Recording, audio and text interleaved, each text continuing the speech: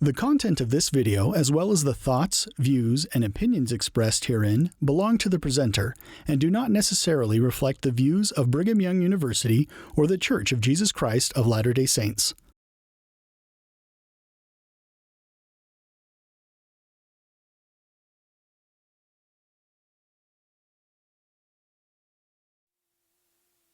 They also take their troubles and their attitudes and their feuds and their prejudices and everything else.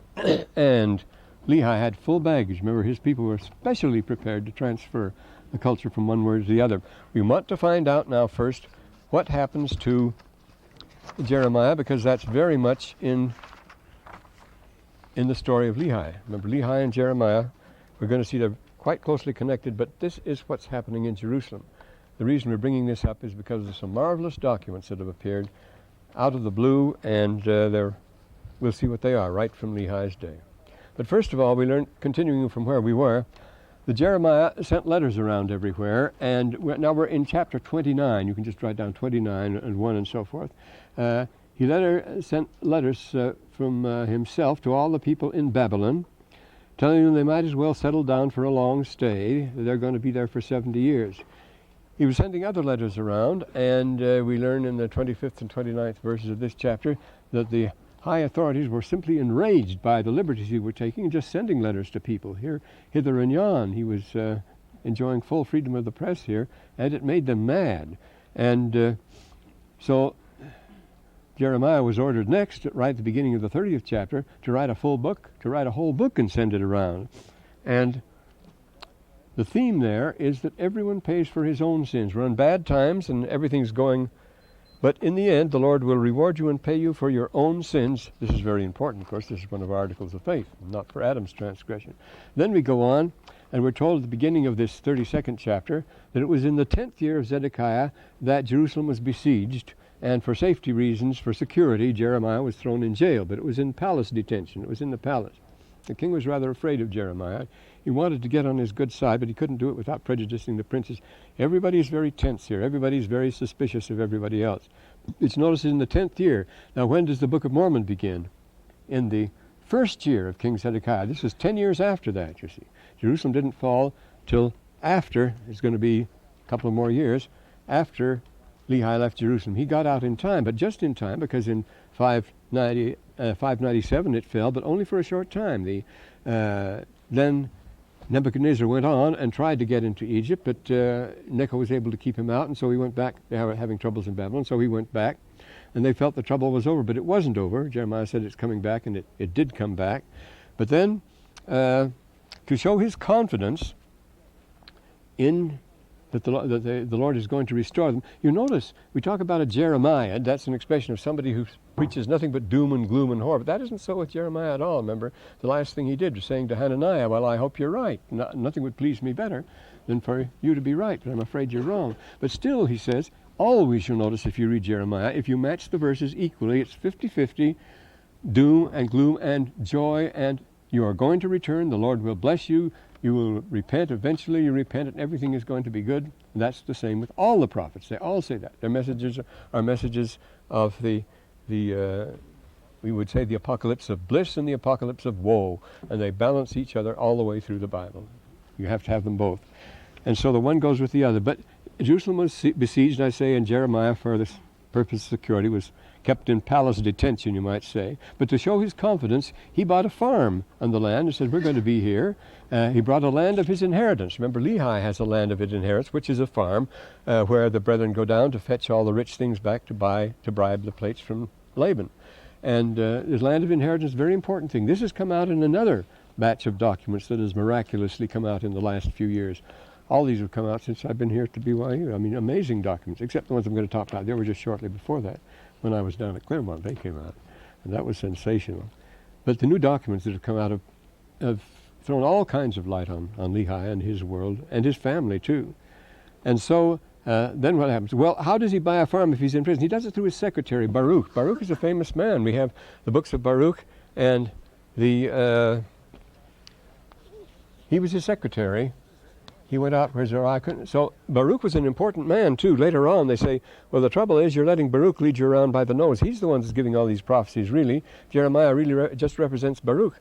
But Jeremiah himself was an influential man. You notice he gets around and he writes these letters and he's very bold and he goes in and out of the palace and he has property everywhere. And the same thing with Baruch. These were like Lehi. See, these are important men, these prophets. They're not just the characters in the long night robe that go around holding up a placard, say the world is about to come to an end, a favorite cartoon of the New Yorker. But no, they weren't that kind. These men who knew what they were doing.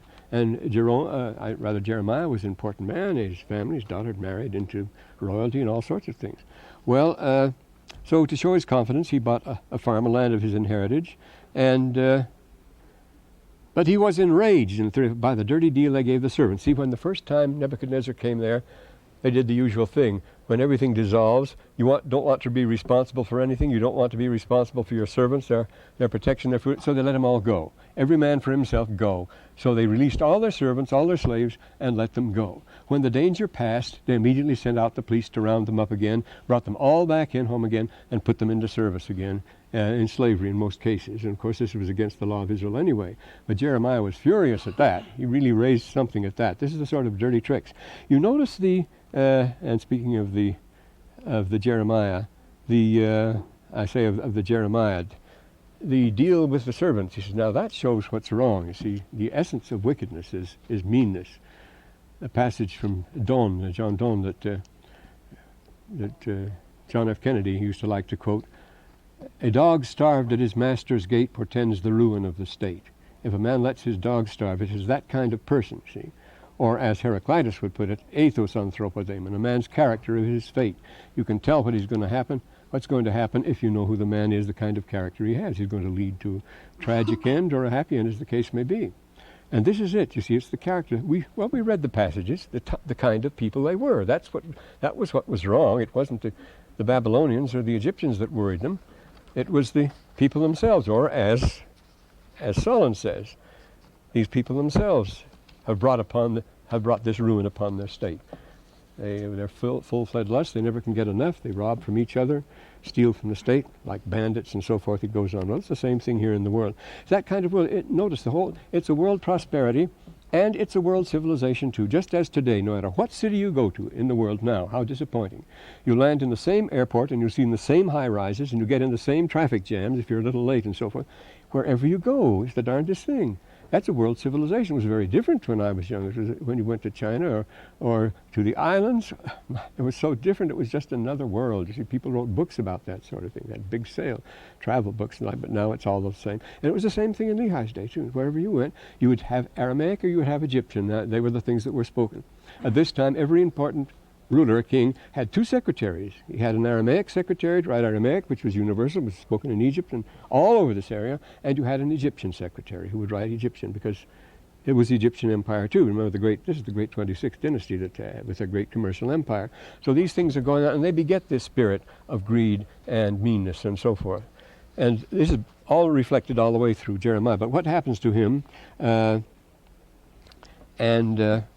He dictates a book then. He says he circulates books, and, well, first of all, in the 35th chapter, he tests the integrity of the Rechabites. The Rechabites are very important people. The 35th chapter of Jeremiah tells us how he deals with the Rechabites, but they come out earlier in the history of Israel. And this tells us he sets them up to the Jews as an example of integrity, and they are given a permanent position in the temple, the Rechabites.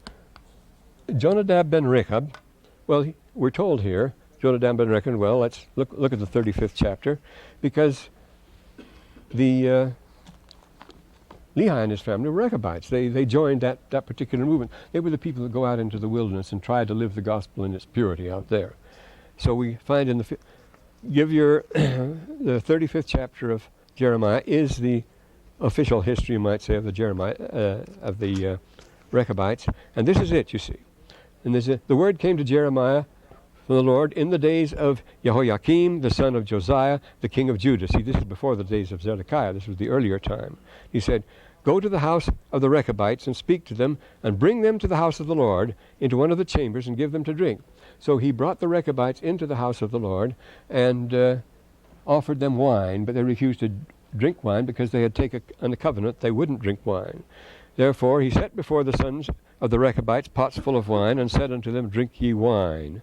And incidentally, we have here a very important aspect of history at this time that has always been neglected until very recent years, namely the formation of societies, of cults, of sects, of conventicles. Like-minded people would form groups which, to preserve their existence sometimes from the police and so forth, would become secret. You find, well, the early Roman Republican history after this is full of it, but it's so with the Greek things too, because you were suspicious of such societies.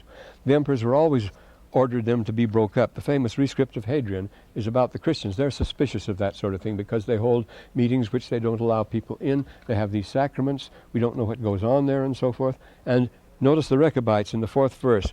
I brought them to the house of the Lord, into the chamber of the sons of Hanan. Now this was a separate room in the temple reserved to a certain society that met there, these sons of Hanan. And this is common. We get this from the New Temple Scroll, just discovered in 1950, which was by the chamber of the princes, which was above the chamber of Masaiah, the son of Shallum, the keeper of the door. See, the doorkeeper of the temple in charge of these. Notice here 3 various chambers of the temple reserved to particular families or groups for their particular use, just as we have sealing rooms in the temple and special rooms for certain things. Yes? Were the Rechabites Israelites? Yes, they were. Right from the first they were Israelites. But this is what they do. Were they not Levites then? They were not Levites, no. They served in the temple. They were not of the priestly line at all, Jonadab and Rechab. And this is what they do. And they said, we will drink no wine, for Jonadab, the son of Rechab, our father, commanded us, saying, Ye shall drink no wine, neither ye nor your sons forever. And with integrity they had observed that rule. Neither shall ye build a house, nor sow seed. They didn't sow wheat because they said wheat was what Adam did after he fell. He sowed the field, and by the sweat of his brow he raised his crops. And he says, they wish to return to the state of man in his there have been sects and groups in every age that wanted to do this. Go back and live in the primitive, the way man was in his state of innocence before he fell, so they would not cut their hair. And John the Baptist is identified with one of these groups out in the Dead Sea Scrolls puts them out by along the Jordan there. But they went out, and so they don't cultivate wheat, and they don't live in houses. They don't live in the Beit al-Hajar. They live in the Beit al-Sha'ar, the houses of hair, goat's hair houses. Yeah. Would they be considered like a utopian society? Yes, they were utopians. That's exactly what they were. Many utopians have tried to do that very same thing, like in America, Robert Owen and so forth. They go out doing that same. And we have splinter groups in the church all the time going out like that and living by themselves. I was very, very well acquainted with Clendenning and the Order of Aaron. I haven't heard from them recently. They were very fine people. Went clear out by Baker and thought they'd live in their primitive simplicity and so forth. But ye neither shall ye build a house, nor sow seed, nor plant a vineyard, nor have any, but all your days ye shall dwell in tents, that ye may live many days in the land where ye be strangers. You see, they're strangers on earth because the earth is in its polluted state. Man has fallen. They don't want to share in that way of things. They're emphasizing the yawning gulf that exists between life on earth as it should be and life on earth as it is. Always these people trying to use a direct method to get back. But these people showed this integrity, so that thus we have obeyed the voice of Jonadab the son of Rechab. Nor to build houses for us to dwell in, neither have we vineyard, nor field, nor seed, but we have dwelt in tents and have obeyed and done according to them. Now here's an example for you, says Jeremiah. And of course, Lehi is going to do that thing too. They went out, remember. They weren't intending to cross the sea or anything like that. They thought they'd be living in the desert the rest of their days. We get that. We'll get that pretty soon, I hope, if we ever get them out of town. No, he wasn't. He was no doubt a friend of Jonadab and Rechab, because he was not of Jonadab, but of the Rechabites, because he was close to Jeremiah. He was in the Jeremiah party, you might say. But here we say the words of Jonadab, the son of Rechab, that he commanded his sons not to drink wine. Well, they're repeated again in the 14th verse. Notwithstanding, then he says, this is Jeremiah speaking, and they have performed unto this day they drink none, but they obey their father's commandment. Notwithstanding, I have spoken unto you, rising early and speaking, but ye hearken not unto me. Because the sons of Jonadab, the son of Rechab, have performed the commandment of their father, which he commanded them, but this people have not hearkened unto me. See, this wasn't the command of the Lord, it was their father's idea, but they at least kept that. And for that reason they say, I will bless them, and they will always have in the place in the temple. So they became servants in the temple. The reason they were in town on this occasion was, it tells us here, that they, notice in the 11th verse, when Nebuchadnezzar, the king of Babylon, came up into the land, that we said, Come, let us go to Jerusalem for fear of the army of the Chaldeans, and for fear of the army of the Syrians, so we will dwell at Jerusalem. They came within the walls, because they would have been wiped out if they'd stayed out in the desert. The armies were going through. So for safety, they made a temporary flight to Jerusalem, and there they were given a permanent job in the temple. And as I say, Jeremiah makes an example of them. And therefore, saith the Lord of hosts, God of Israel, Jonadab the son of Rechab shall not want a man to stand before me forever. Still with him. Then Jeremiah dictates a book this time, and it's read before all the people in the temple court, in the temple. Notice the man gets around and he has access, and they're always trying to stop him or discourage him, but he has influence, he has friends, and we're told a little later on the king is afraid of the people, and he's just like the New Testament, they're afraid of Jesus, and he's also afraid of Jeremiah, and the princes are out to get him. Now, Jeremiah dictates all the books to the people, I say, and they read it to him. And then he takes the same book to the palace and reads it before a group of princes. They want to hear it. Now these princes are the Sarim. This is an interesting thing. They're always called the princes in the King James translation, but the word Sarim is the Sar is the same, the plural, of course, the Sarim, is the elders. It's used in all Semitic languages for great and old, and in Egyptian, if you see a man with a staff like this, a great man, he is a ser. He is a great man, or he is a wer, great man, the Indo-European wer, or he is a semsu. He's one of the elders. They're called the elders. They're the sarim. Our word sir is related to it, hair, a term of respect and so forth. They were the important men. They were the chiefs. They were the big men. And as I say, in the Book of Mormon, it's translated correctly elders. In the King James, it's translated as princes. Princes they were not necessarily. They were influential landholders. There was quite a body of them and so forth. They were not of royal blood. Few of them were of royal blood, so they were not princes. But they were the Sarim. They're the ones that what's his name was out with by night, that Ishmael was out with by night when holding secret sessions when Nephi met him and took him out to their camp, swore him in to be a member of their society out in the desert, and he decided to stay there the rest of his days. Well, anyway, he takes it and reads it before the princes, and they don't like it at all. And his representative is Yehuda. It's Yehuda that, remember, he's in prison a good deal of the time, and Yehuda goes, he always has men who will run errands for him. Yehudi takes his letter and reads it to the princes. They don't like that at all, and they want to hear a special reading, and Baruch then explains it to them and gives a lecture, and they report to the king. They say, we can't go on with this. It's all the 36th verse. When they heard what Yehuda had to say, to get the book, and the king wants to hear the book, and they say, tell the king, we think you should hear this. So Yehudi goes and reads the book to the king, and there's a very moving and very convincing picture. If any of you have been to Masada, you know the lower palace is the king's winter palace there. And if you've been to Jericho, there's a big mound at Jericho where it was Herod's winter palace down to the warm air of Jericho, very much warmer than Jerusalem, and quite near, just a few miles away, but down lower. The kings in their winter palaces there. The deserts were popular winter palaces. The king was in his winter palace here when this was read to him, and it said he had there was a fire burning in the fireplace on the hearth. And he heard the book read, and he says, give it here. Took a knife and he cut it to bits and threw it in the fire, and he burned it up. And that's the way he was going to treat it.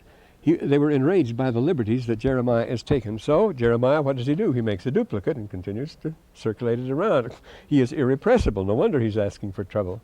You say, how is he going to survive here? Well, he's the only one that does survive. Very interesting. Lesson in survival, yes? What did the book contain? Oh, it contained a denunciation, the usual things we read to you, see, the denunciation of the ways of the Sarim, and especially that they're not to put their trust in Egypt, and they might just as well go along with Nebuchadnezzar, because that's their only hope. That's the best thing that could happen to them. And so he makes a duplicate, And sure enough, what happens? Necho's army returns from Egypt, and the Babylonian force, which is camped at the walls, takes to their heels to escape. They think the great power and reputation of that. Necho's really built things up now. He's a powerful man and king of Egypt. And he's coming in again, and the Babylonians take off and say, ha ha, see, the Babylonians are gone. You were wrong. Jeremiah was wrong after all. We trust in Egypt, and that's the right thing. That's Laman and Lemuel. They were on the Egyptian side, you see. But Jeremiah says in the 8th verse of the 37th chapter, it says, don't worry, they'll be back. And it's the Egyptians that accuse him of treason. He's weakening the people. This is not going to do. They complain. And so now the Sarim put him in prison in a dungeon this time. And it's a real beauty. The king consults him in secret. This isn't the worst dungeon. They have their private dungeons, and the king brings him out and consults with him in secret. He says, don't let the people find out about this, and don't let the princes. See, everybody is sort of shining up to Jeremiah, but don't want the others to know they are. Everybody's getting nervous. Nobody feels secure. Everybody's changing sides and so forth. And they put him into the dungeon, we're told here, because he was guilty of weakening the hands of the people. And this is the very same expression we're going to find out in the letters that come out and how they were doing this, what was happening.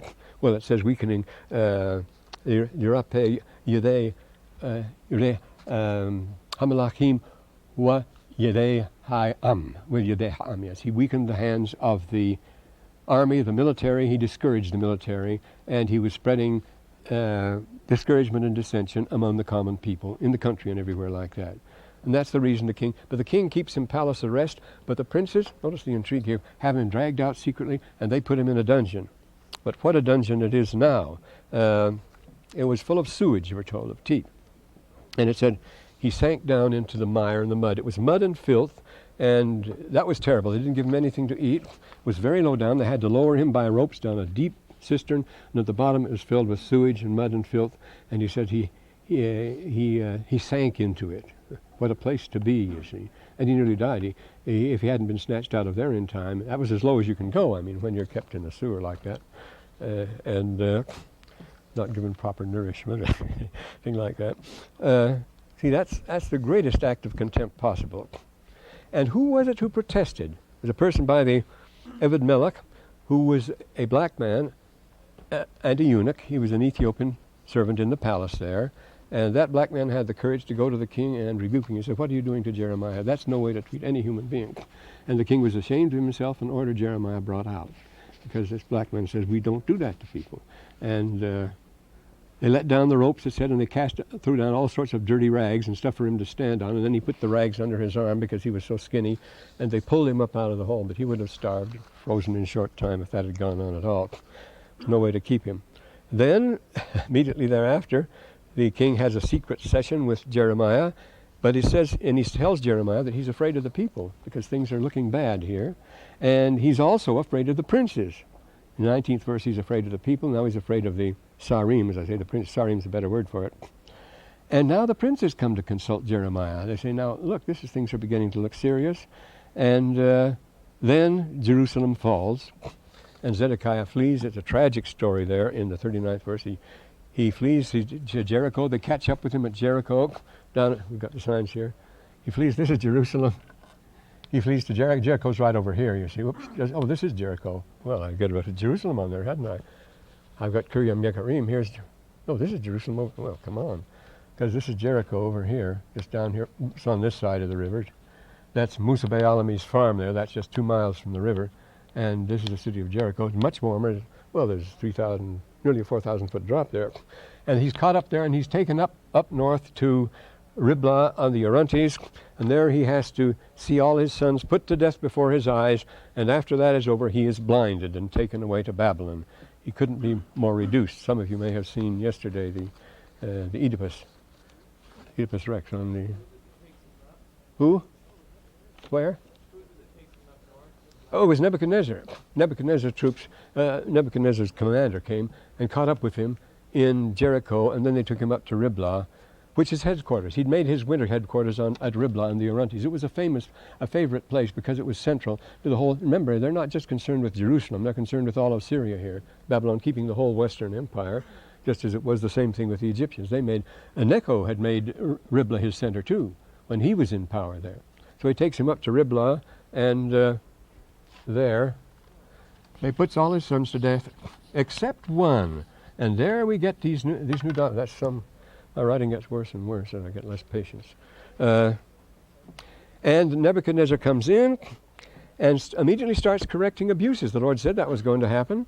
He takes away. They used to think he just took away a few of the aristocrats. That's not so. He took away a tremendous mass of people. He left a lot of poor people on the land, and they distributed and started working it among themselves.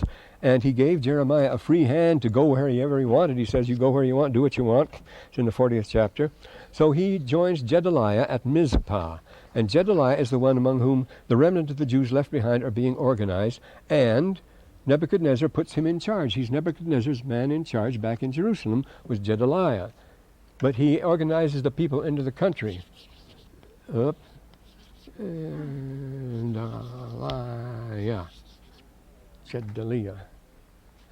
is Gedaliah.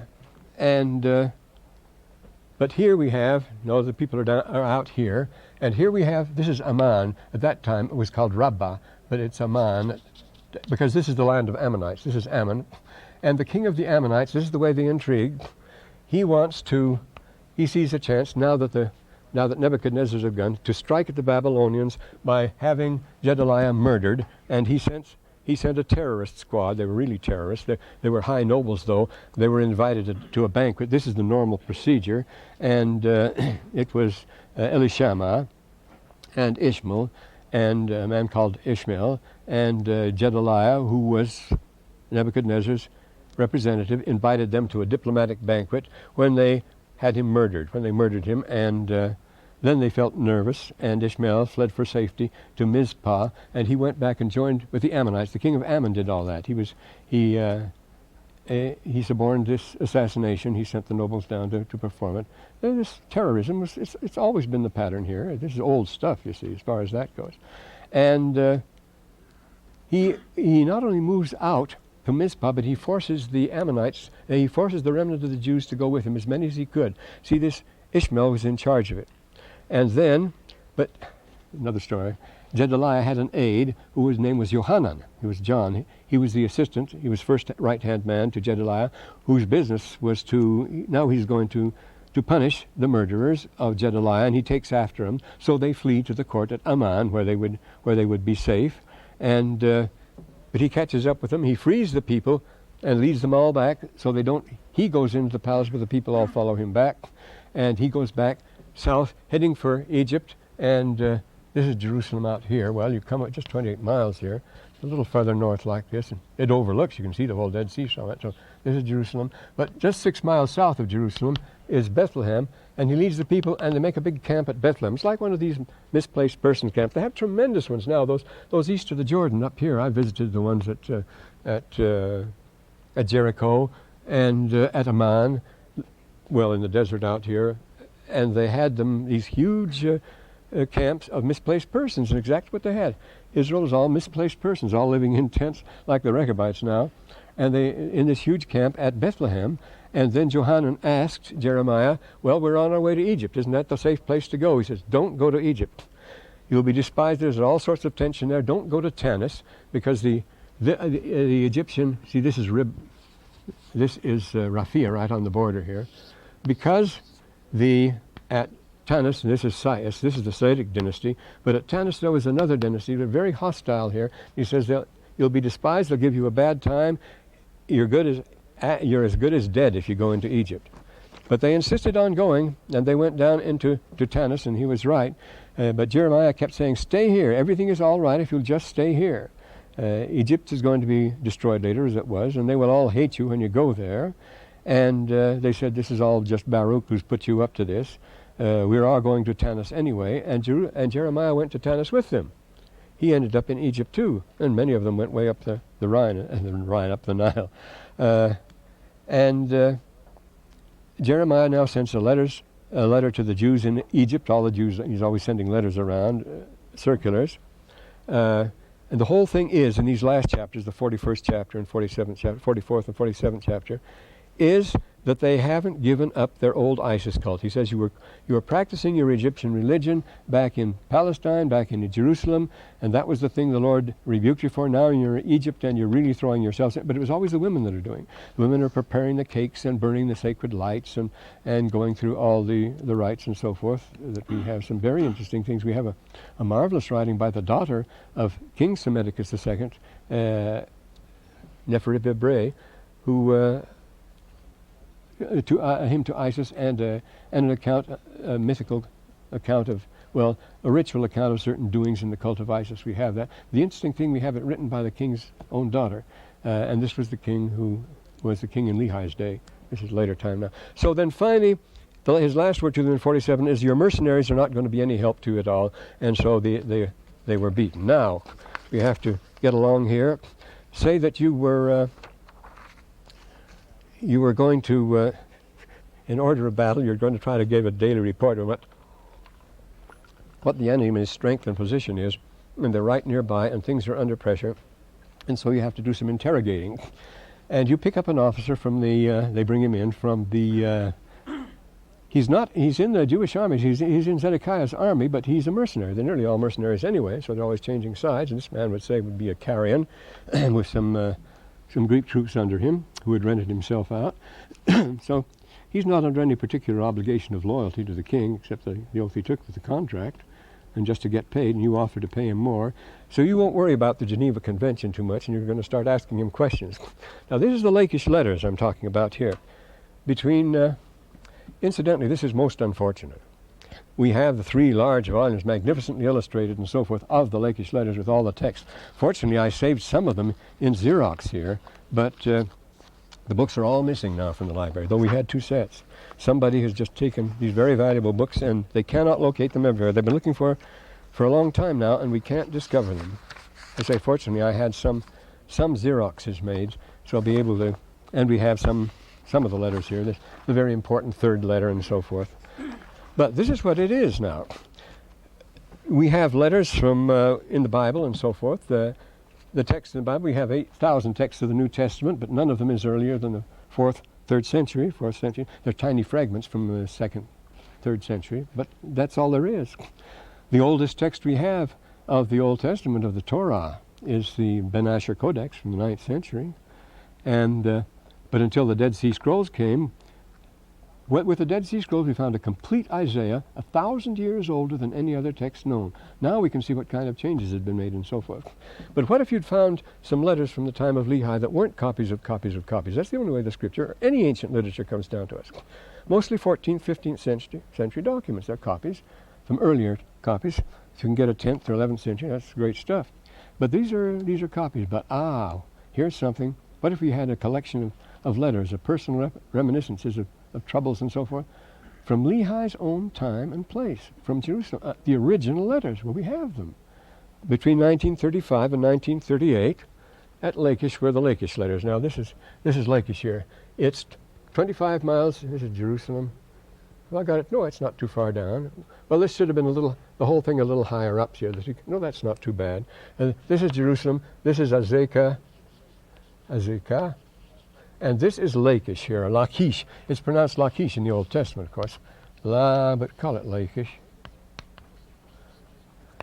Lachish was the most important center in all of Western. This kept the whole fort. It was on the main road from Jerusalem. This is Jerusalem over here. I keep thinking I've got it too far from the Dead Sea, but I haven't. These places are so close together, it fools you. See, you can stand out here and see the whole length of the Dead Sea. And this is Hebron over here.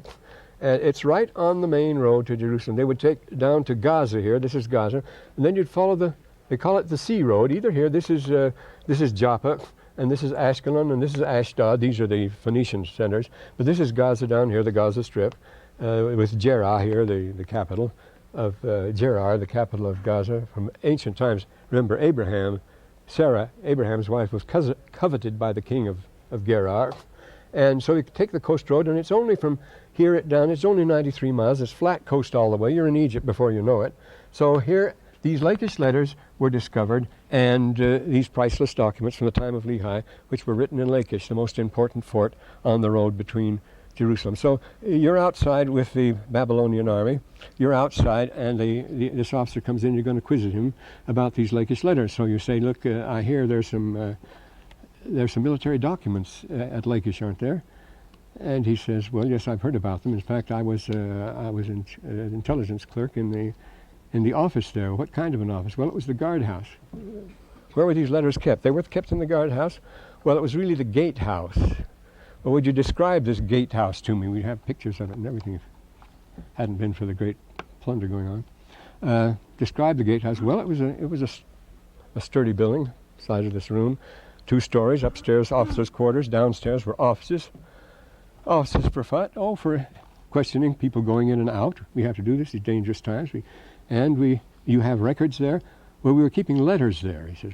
"They're not the regular, do they contain military material?" "Well, I don't need to talk about that." "Well, after all, you're a Greek, and your Zedekiah's finished. We can make it worth your while." Well, he says, "Well, yes, there were military documents, but they were letters." "Well, what were they doing there?" "Well, they were being kept there for evidence in a trial that was coming up." "Well, who was being tried?" "Well, it was Yehoshayahu." "Oh, by the way, who was in charge of this guardhouse?" "It was Jaush. And this is rendered by Torxener, who is the editor of the letters here, as Jaush. This is an interesting thing here. These touches come up all the time. Now, this is from Lehi's time, and the name is Jaush or Josh. Now, when Joseph Smith, when the Book of Mormon tells us, we learn Moroni, that was a commander, a Nephite commander by the name of Josh, who commanded 10,000 men in the field.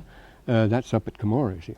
Everybody laughed. They said, "Well, there's the hick from the sticks." The name Joshua was Josh. You see, the name is not found in the Bible. This is the point. This name doesn't occur in the Bible. And here we have a commander in the Lachish letters whose name was Josh. And there's another score for the Book of Mormon. Well, anyway, you say, well, what was this Yahushua? Where does he come from? He comes from Kiriath Yearim. This is Kiriath Yearim up here. Azekah, Kiriath Yearim is a little way out here. I put in a Q there. Kiriath means a settlement or village, and Yearim was the founder. And this village, I'll just mark it with a Q, is a very important settlement on the way. Azekah is further out. Did I put it out further? Yeah, Azekah is a little further out. Kiriath Yearim is a little nearer Jerusalem, a little under it. I haven't got them steep enough there. Well, and he says, well, how did he get into it? He's a commander in that village up there. Well, he is suspected of having opened some secret military information that was being sent to the commander at Lachish. The commander at Lachish was Josh, and this man, Yehoshua, was in charge of this other fortress between here and Jerusalem. And he was charged with reading these letters. Well, why shouldn't he read them? Well, because they were top secret. Well, what did he have with them? Well, as the commander of the fort halfway, he was supposed to send them through, that's all. He was just supposed to transmit the letters to get them sent on their way. How were the letters sent? They were taken by carrier, they were taken by courier, sometimes by little kids, from one place to another so they wouldn't be suspected. And they were carried to Kiriath Yearim, and then he was just supposed to forward them without reading them. Well, what makes you think he was reading them? Well, because somebody tipped off the prophet Uriah. Now, the prophet Uriah, who's mentioned, remember the 26th chapter of Jeremiah, how he was chased to Egypt and so forth, and he's mentioned here by name. Here's Uriah, because Uriah was hightailing it to Egypt. He left Kiriath Yearim. Well, where was Uriah from? Well, he was originally from Kiriath Yearim, and his father has that funny name. What is his father's name? Well, I'll see it in a second. We know there was hanky-panky going on because he was tipped off and took off for Egypt. And his father, now this we get from the Lachish letters, his father had a strange name of Yearim, went off from Kiriath Yearim with the adjutant general and the principal inspector of military fortifications to the palace in Jerusalem for a special audience with the king. Well, obviously he'd gone up to plead for leniency for his son, because remember we're told that they chased him clear down to Egypt, they brought him back and put him to death in the palace. So And here his father goes up. Now we're having contemporary letters telling about this from the very time going on. And so you go on questioning the man, and incidentally, this is, I have a rather lengthy summary of things here in an ensign for December 1981, and I'll put some Xerox copies of this on reserve, and you can take them out and get them Xerox yourself. You can come up in the office in 4012 and 4012 in library, where I have office hours. I don't publicize that too loudly, but I'm there like a sitting duck, rat in a trap all day long, so you can catch me up there any time, call it office hours. But this is the way it goes then. And then they say, well, now wait a minute, I've heard that the guardhouse there was burned. Oh yes, he said it burned, it collapsed. Well, he says, well, I guess that's goodbye records, isn't it? They've gone. No, they're not destroyed. Well, did you take them out? Did you rescue them? No, we didn't. Well, how could they preserve? We wrote them on potsherds. Went, are you crazy? These big, clumsy potsherds, you don't keep records on them. Why not on papyrus? I said, this is all in it. He says, because we couldn't get papyrus. And he wanted to say dummy, you see, when at that point. He said, well, why not? Don't you know your army cut the road to Egypt? We can't get anything over the Egyptian road anymore. So we wrote on potsherds. It's a good way. They're convenient and short. People always write on potsherds. They were kept there, and when the tower collapsed, instead of wiping these out, it baked them and made them permanent. These are permanent records now. They'll last as long as the fossils up in the hill, your trilobites and your brachiopods that you find up in Rock Canyon, millions of years old, and yet the fine details are still on them. Well, so it will be with these Lakish letters. They're on burnt, baked clay now, and they'll last as long as anything. So we have them. And so we don't have to worry about that. Well, how can I get hold of these? Well, we go up there. Now, Starkey started excavating in 1935. In 1938, he had business to go back to Jerusalem. On the way, he was held up by bandits and killed. This is typical of life in Palestine in the 1930s. Never been secure. All this going on. Everybody out for himself, and it's a dangerous place. It always has been. And as you know, it is today. The daily murders that go on in Israel now. Routine. So these were written then. Well, what about them then? They survived and written on potsherds and so forth. And they were in the guardhouse. They're being kept as evidence pending the military trial of this Hoshiyahu. And he was being court-martialed, suspected of treason because he let the letters go through. You may have read them because he let because he tipped off, somebody tipped off Uriah. He said, we don't know whether he did or not. That's where we're going to have the court-martial as far. And Uriah was really in danger. The king's soldiers were put on his trail, and he was fleeing to Egypt. He was fleeing because he was wanted by the police in Egypt, and he was in Jerusalem, and he was wanted by the police because he had been discouraging, because he had been weakening the hands, it says, of the military, is it about him, of the military and the people in the country. Well, it's exactly what happens, remember, at the beginning of the Book of Mormon. And in that year came many prophets prophesying unto the people that they must repent or the great city of Jerusalem be destroyed. Now that was the message of doom and gloom, which was regarded by the king, of course, as treasonable, saying we should take sides with Babylon and they were going to be destroyed. And that's what Uriah was guilty of. He was guilty as treason, of weakening the hands, of spreading dissension, of spreading disinterest, discouragement throughout the country, both in the country and in the city. And that's exactly what Lehi was charged with. Remember, when he went at an earlier time, a couple of years before this, he went out and tried to preach, remember, and he had to skip out of town to save his life. And the police were after him, remember. It tells us that the palace police sent out by Laban tried to overtake him, but they outran him. They got away from him. So all this is in the Book of Mormon, too. But these Lakish letters filling in the picture here. And then, they were considered subversives because they were opposing the official policy and undermining morale by their preaching. As Jeremiah puts it, the princes said unto the king, that's really the Sarim, we beseech thee, let this man be put to death, for he weakeneth the hands of the men in the city that remain in the city, and the hands of all the people, in speaking such words unto them. Oh, yes, Yulei Kulham, the hands of all the people. That was in the 38th chapter. And Lakish letter number 6 tells us, the words of the prophet are not good. They are liable to loosen the hands.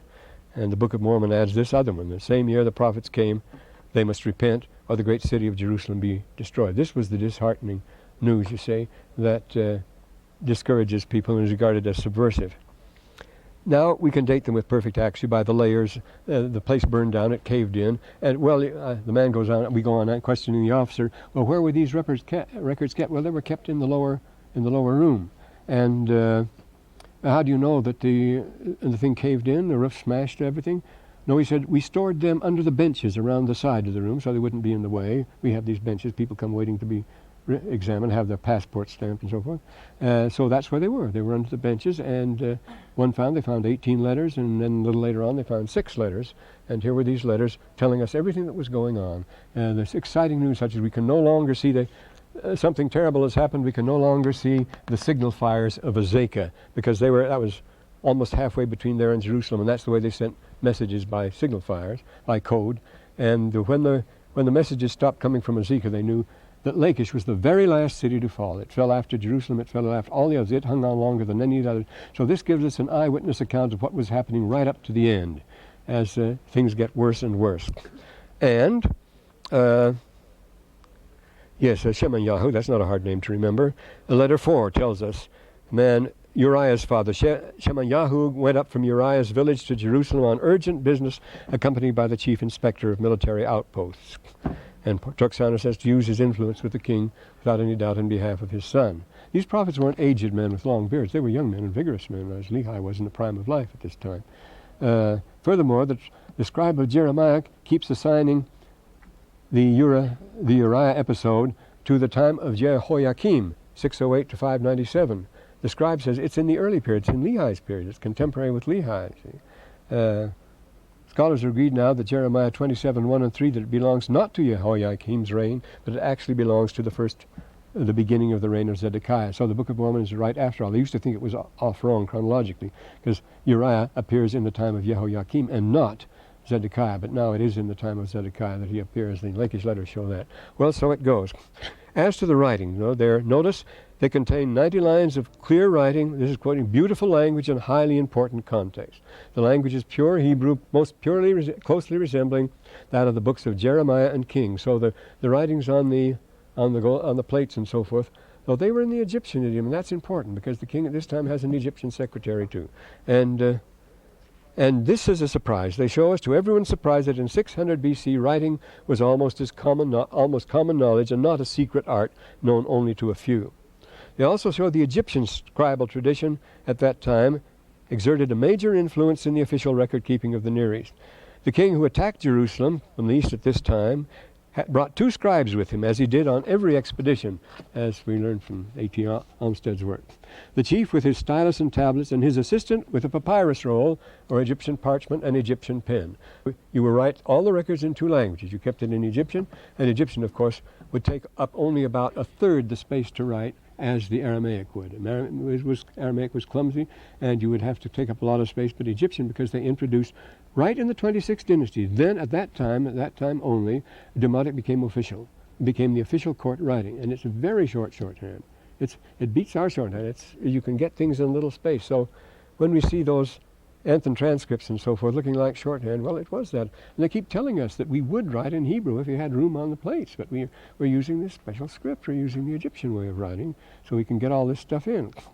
And since it's going to be translated by the gift and power of the Lord, there are no philological questions raised at all. It's nice. We don't imagine if we had the plates, how we would argue to the end of time about what made what. We could never agree on anything. We'd be fighting till the cows came home. There'd be no point to it at all.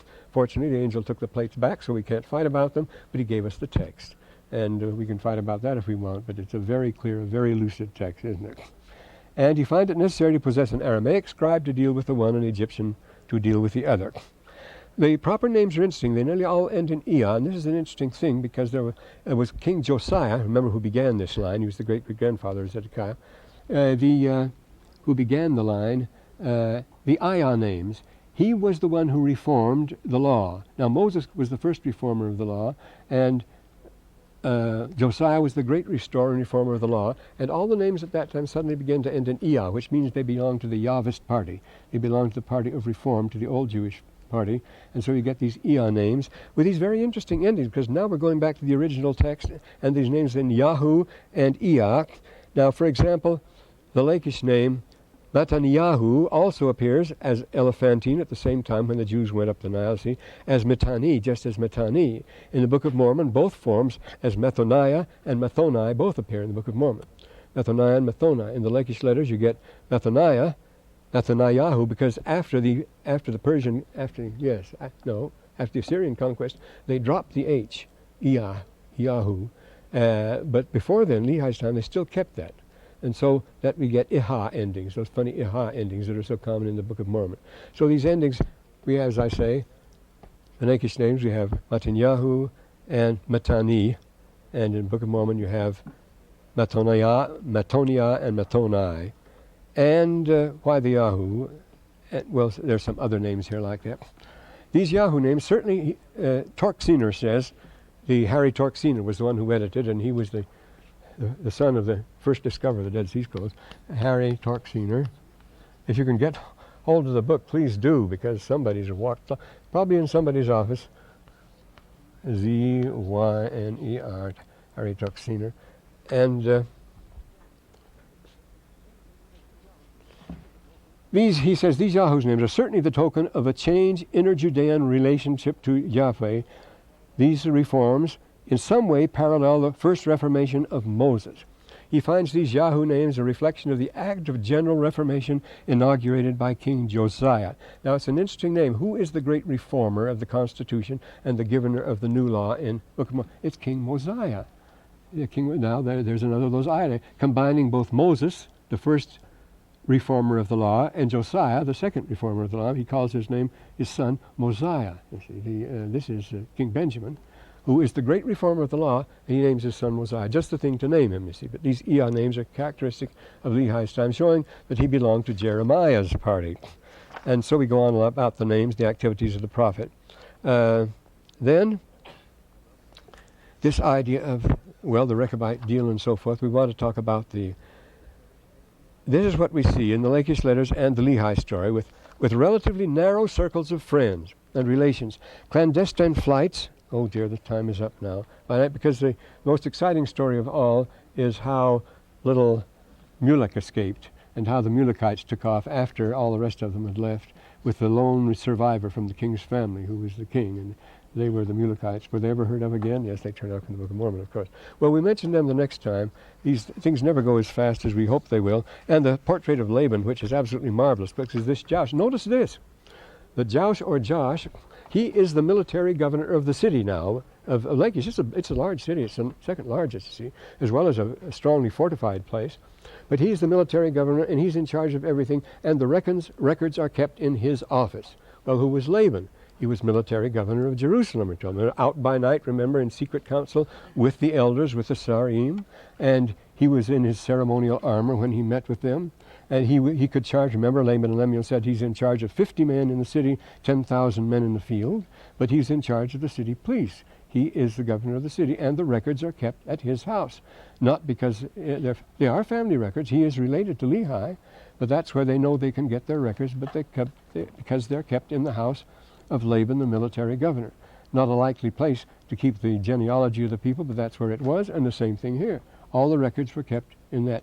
Well, that would be, you see, in a time of alarm for safekeeping. That's the safest place to keep them. And sure enough, we learned from the Copper Scroll that when Jerusalem was threatened, you see, they took all the documents they could and hid them in various places around the city. They were quick to hide the garments, get them to a safe place, and that's what happened. That's probably why the brass plates and all the genealogy and everything were being held under guard, kept under lock and key by Laban. And he wouldn't let the brothers have them unless they paid him plenty, so they paid him plenty, and he said, April Fool. And this typical intrigue, everybody's playing dirty, everybody's out for everything. It's such a marvelous picture of life in the world we live in, isn't it? You can't beat it. Good old Book of Mormon. Well, time's up now.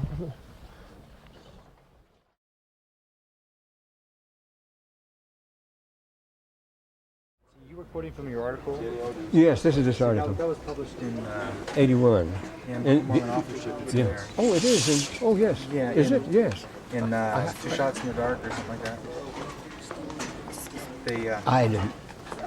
I don't know about these things. They never tell me about them. Yeah, it's in Book of Mormon authorship. Well, thanks for telling me that. Along with your article on the 40-day ministry of Christ. Well, yes, I better put that thing on reserve, hadn't I? Book of Mormon authors, I forgot about that. Yeah. I'll go right over and put it on reserve. I just wanted to ask one question. I'm also taking a class on the Pearl of Great Price, and I'm doing a paper on the Three-Earth Life Council, and I was wondering if you had any information. Yeah, I wrote a whole. The second faculty research lecture was given on that subject, so you can get it. It's called The Expanding Gospel. I don't know whether it's been reprinted in any of those things or not, as per yet. Expanding Gospel. It's called The Expanding Gospel, and it appeared in BYU Studies under that title. Oh, well, Tommy and Thomas, there it is. Oh, great. Okay, so it's in that one. Yeah, that's where it is, and that's Counseling Heaven. That's what it is. So you can't lose on that one. Okay, thanks. Gotta put that on. Book of Mormon authorship, sure. Did you say Jeremiah went to Tanis With the remnant of the Jews that had been chasing around, there were just a few poor people that hadn't been taken away. There was a big camp of them. They had first followed along with Ishmael. Then he'd taken them up to Amman, and then Johanan, who was the last representative of Nebuchadnezzar, went and got them away, and they followed him, and he was going to take them back to Egypt to get them out of the way.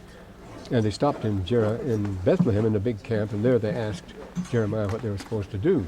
He said, don't go to Egypt, just stay here, and you couldn't do better than that. But they wouldn't follow that advice. They went to Egypt. So he loyally went to Egypt with them and continued to bawl them out when he was there. So, we got this thing going. Dr. Nibley, are you ever in your office past 5 o'clock? Am I ever in the office? Past 5 o'clock. After 5 o'clock? Uh-huh. Well, it could be, all right. You could? Could be arranged, yeah. Sure, I can do that sometime. Okay, would you be there anytime this week? Perhaps after 5? Sure. Why not?